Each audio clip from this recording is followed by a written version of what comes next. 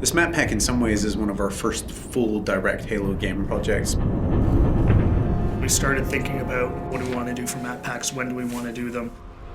We definitely wanted to pay full service to the universe created in Reach. One big consideration when we were working was how do we fit this to the fiction? All these maps are unique from the story standpoint of being places that are snapshots around the Reach universe as Reach is falling. You're constantly confronted with the fact that there's this beautiful place, but it's not going to be there forever.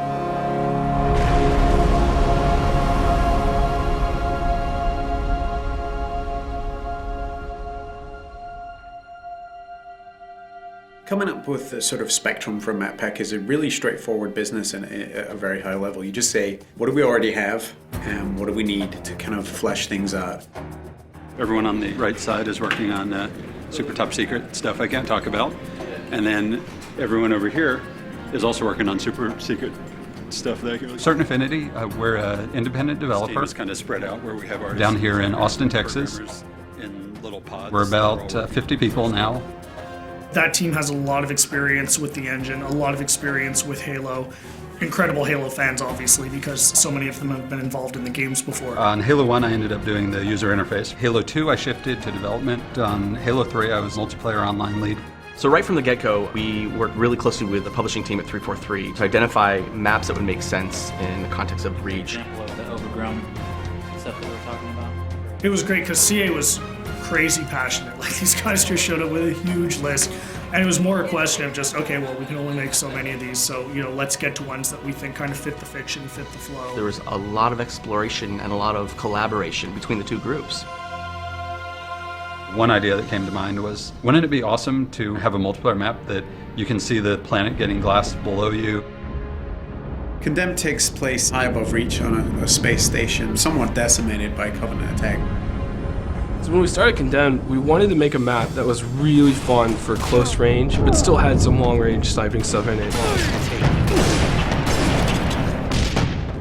We're looking at Lockout specifically. What are some of the characteristics about Lockout that we think are so fun, and how can we take some of those and do them in a completely new map? Something that really pulls infantry together in a really tight environment. It is a circular map. How do we prevent people from just getting in this habit of going in a circle and never meeting each other? The low grav center, which we experimented with a couple different ideas on. Sort of this one spot where no matter where you are on the map, you can always get to the action quickly, or you can always get across the map quickly. It does change your gameplay style and things you need to do. You're kind of a sitting duck when you're sitting out there in low gravity, floating around. I remember at one point there was a giant energy beam that would come down, and if you were standing on that center platform at the wrong time, you would get blasted to smithereens. It was just encouraging people not to go into the center of the map, which is the exact opposite of what we wanted to do, so we just removed it. The earliest stages of the art pass were dark and much more creepy. If it's dark and industrial, it's really easy to get lost. So over the course of development, we decided to brighten this space more. And make it still retain a lot of the character we originally wanted, but to make it work. On a really tight map like Condemned, it's critical that the player is able to orient themselves. It actually came down to a lot of art coming in and helping us out and doing color-coded rooms. In the comm room, there's actually a big hologram establishing where it's been damaged and that it had been abandoned. Thinking about it like a facility that you would be in, what kind of signage would be around that would help you navigate an airport or a hospital or a military base. One of the effects which we iterated on the most was the shield door effect. We couldn't make it look like a shield from any other shield effect that you have in Halo because that would communicate a certain functionality. We had to design a new one, and we went through probably 4 or 5 different iterations. Some were way too strong and way too distorted because people wanted to be able to stand and shoot through the reactor core, so we couldn't do anything that would really obstruct the view. I think it's going to be really fun when people play it the first time and they think they can go their old camping routines with the shield door and they just get a sticky grenade right in their face and they're going to drop it. At the end, I feel like we have a map which has a lot of mood in each of the spaces and really feels unique, not just in and of itself, but to the rest of all the maps that are within the Halo franchise. We're looking at the story and the fiction, and we really want all of our maps to be set in very distinct locales. Islands is a military training preserve where certainly Spartans did some training. You have the guard tower in the middle, judging the war games. The Pelican crash landed that had a bunch of Spartan 2s on it. The Covenant coming in and glassing the entire planet. The lighting for Highlands was really based around the idea of a forest fire. The closest thing we could come up with to glassing, nearby glassing. In some of the original concepts that we did, we were really going for more of an abandoned training facility. We had vines growing up, the buildings, and lots of overgrown foliage. Originally, the waterfall, which comes down through the middle of the map, flowed over and actually kind of hid the gully where the ghost is in there. While it's very interesting to do that kind of work, it doesn't really line up with the Halo aesthetic. Sometimes it's really good to just go back to a really simple shape and just get players meeting as fast as possible. From the ground up, we wanted to make a giant expanse with bases in it and vehicles in it. What's the flow of the vehicles going to be? How are they going to move across the map? And then how, on top of that, are the infantry going to move? We made it big because we wanted it to be very vehicle focused.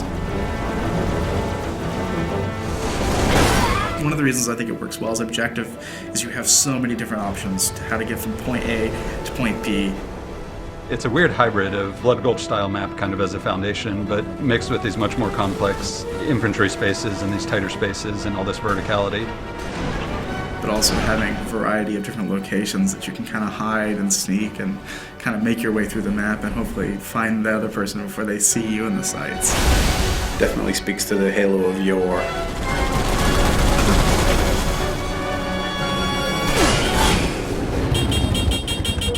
The new expanded firefight support meant that we definitely wanted to put in another firefight map. Unearthed is a really dusty, dry, arid environment. Reach is an industrial world, and its main purpose is a kind of military-industrial outpost at the far reaches of human space. It's quiet. You can see the tire tracks on the ground where there's been human activity, but it's gone. It's a ghost town. It's a ghost world.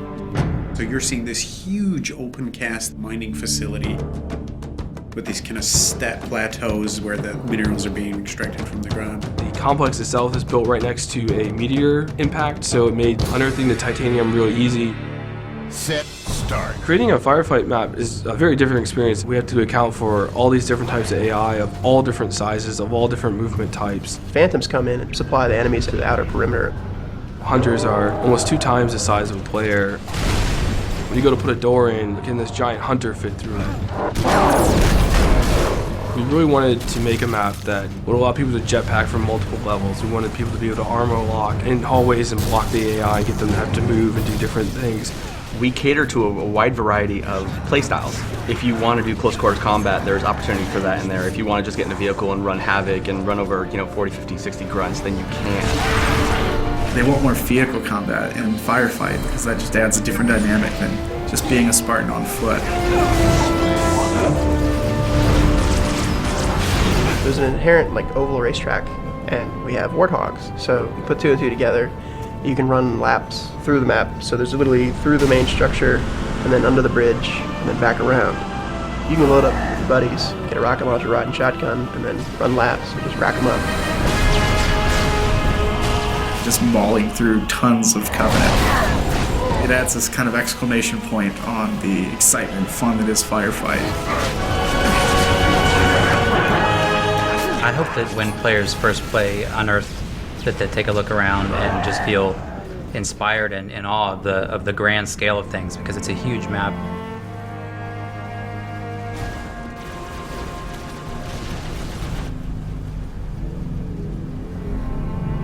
Unearthed is the calm before the storm. Highlands is the storm itself, with all the Covenant ships and the glassing that's happening right there on your doorstep. And then with Condemned at the very end, watching it all kind of go up in flames.